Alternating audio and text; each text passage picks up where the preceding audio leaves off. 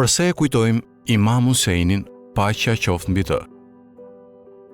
Së shtati, ne e kujtojmë Imam Husejnin, paqja qoftë mbi të, sepse zbatojmë porosinë e profetit Muhammed, paqja e bekimi i Allahut qoftë mbi të dhe mbi familjen e tij.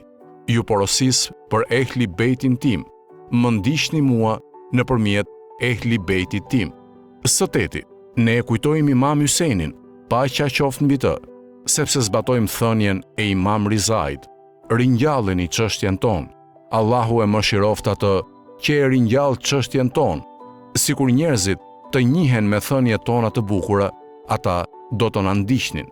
Pra, të kujtoshe ehli bejtin në përgjithësi dhe Imam Husejnin, paqja qoftë mbi të në veçanti, do të thotë të jesh i mbështjell me mëshirën e Allahut të madhëruar. Së nënti, ne e kujtojmë Imam Husejnin, paqja qoftë mbi të, sepse ai përfaqëson drejtësinë, lirinë, humanizmin, moralin e lartë, besimin e pastër, me ripërtritjen e përmendjes së Imam Husejnit, paqja qoftë mbi të, ringjallen vlera të larta shpirtërore, shpirti i përpjekjes dhe i sakrificës për mbrojtjen e parimeve fetare, morale dhe humane në shoqëri.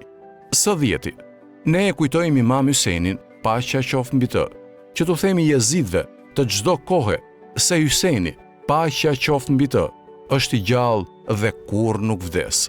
Profeti Muhammed, paqja e bekimi i Allahut qoftë mbi të dhe mbi familjen e tij, ka thënë: vrasja e Husejnit është një nxehtësi në zemrat e besimtarëve, e cila kurrë nuk ftohet.